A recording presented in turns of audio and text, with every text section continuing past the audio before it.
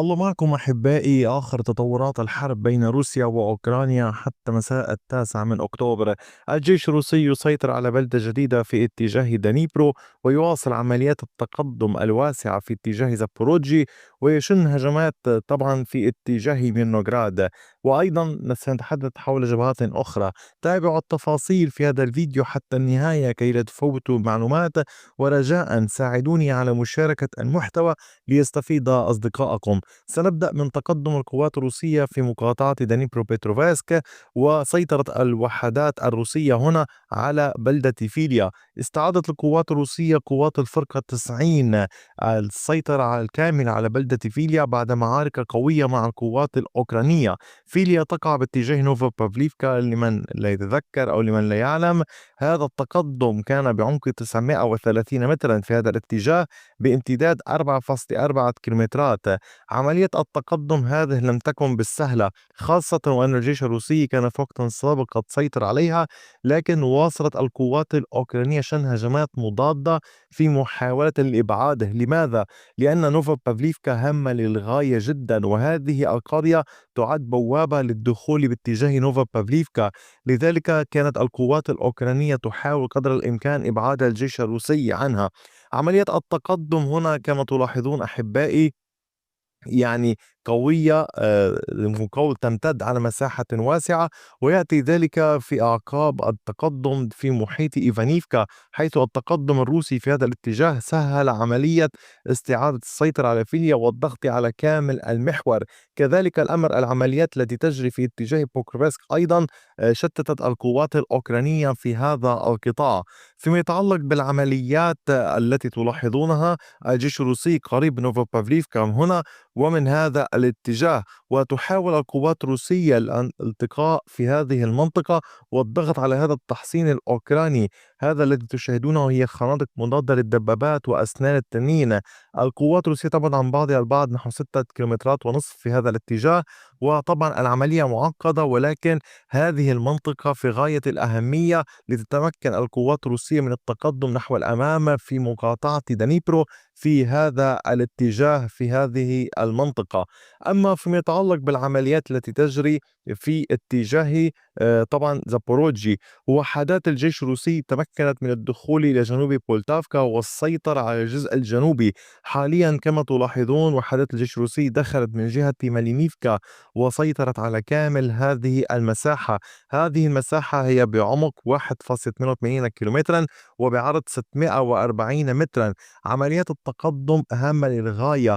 السيطرة على الجزء الجنوبي من بولتافكا يعد أمرا هاما، خاصة وأنه تحول جزء من الجزء الأوسط إلى منطقة رمادية وآخر تحت السيطرة الروسية، وبالتالي تواصل القوات الروسية الاشتراك مع القوات الأوكرانية في هذه المنطقة، حيث تتمركز القوات الأوكرانية وتحاول الضغط، والروس كذلك يحاولون الضغط لاستعادة السيطرة الكاملة على هذه المنطقة. عملية السيطرة هامة للغاية لأنها تمهد لتقدم روسي أوسع نحو الأمام، خاصة في هذه الاتجاهات في حال استطاعت تجاوز مالينيفكا.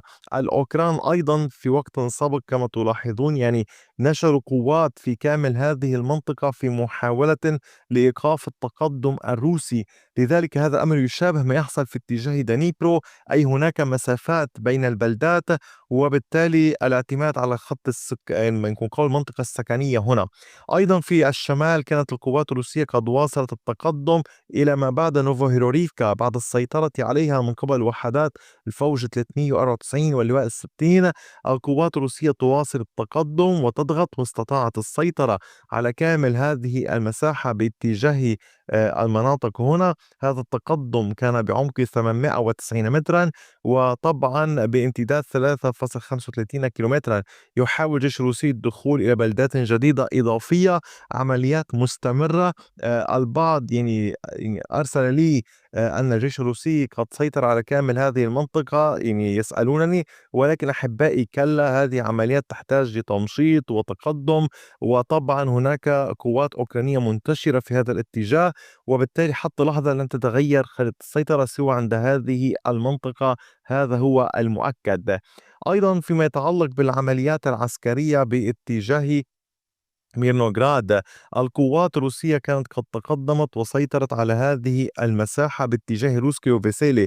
كما قلت لكم، الجيش الروسي بتقدمه هنا في وقت سابق بدأ عمليات باتجاه هاتين القريتين، وهذا التقدم الذي تشاهدونه أحبائي هو بعمق 760 مترا وبعرض 1.97 كيلومترا. عمليات التقدم مستمرة على طول الطريق الرئيسي للدخول باتجاه روسكي. هناك فتحة موجودة في هذا المكان على طول الطريق، وكذلك واحدة أخرى موجودة هنا باتجاه زوروتي كولوديازي، حيث يحاول الجيش الروسي أيضا الاقتحام.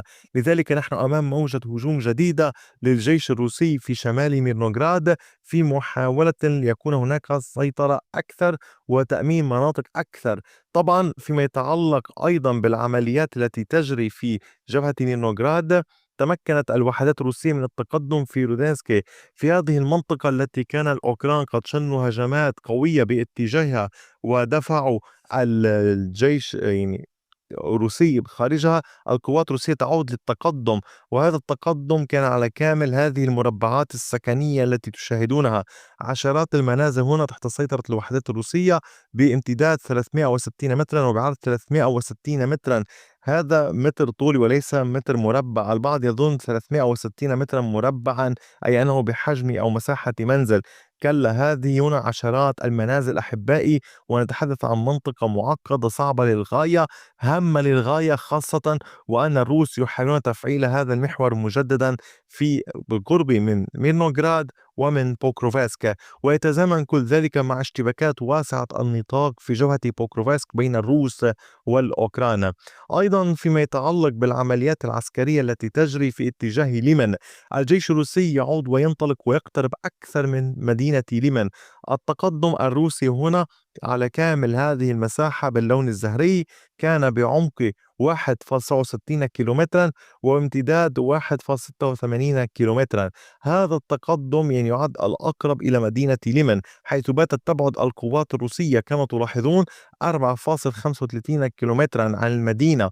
قوات الفرقة 67 تنطلق من هذا الاتجاه، مع قوات من الفرقة 140 تنطلق من الشمال، وتستمر المواجهات بشكل كبير في اتجاه دروبيشيفي وياروفا ونوفوسيريفكا. دعوني أذكركم أن الجيش الروسي هنا يحاول تطويق القوات الأوكرانية والالتفاف عليها والضغط في كامل هذه المنطقة. أيضا القوات الروسية تواصل شن هجمات باتجاه يعني من محيط ديريروفي باتجاه دروبيشيفي، وأيضا يحاول الجيش الروسي الدخول إلى ياروفا. نحن أمام عمليات واسعة. أما الاشتباكات في اتجاه يامبيل ودونيفكا هي على حالها. القوات الأوكرانية على ما يبدو استطاعت حتى اللحظة أن تبقي الجبهة كما هي، لا تتغير خيط السيطرة داخل بلدة يامبيل التي يسيطر الجيش الروسي على جزء منها، وكذلك الأمر في اتجاه دونيفكا وسيفيرسك. هناك محاولات مكثفة من الروس للسيطرة على هذا الموقع في هذا الاتجاه. أحبائي، البعض قد يسأل عن سومي وكوبيانسك، الأمور على ما هي عليه، لا تغييرات في خريطة السيطرة. أما في اتجاه كوستانتينيفكا فالمحاولات مستمرة من الجيش الروسي لاستكمال السيطرة على هذه المنطقة التي جرى حصارها، وكذلك الأمر هناك محاولات أوكرانية للاختراق مجددا باتجاه ستيبوشكي في هذا الاتجاه، والروس يحاولون في نفس الوقت التقدم في محيط بريدتشيني. لننتظر إلى أين ستؤول الأمور. طبعا أحبائي، أعود وأطلب من حضراتكم دوما دعم القناة، مشاركة جميع الفيديوهات، وشكرا لوقتكم الثمين، وإلى اللقاء بفيديو آخر.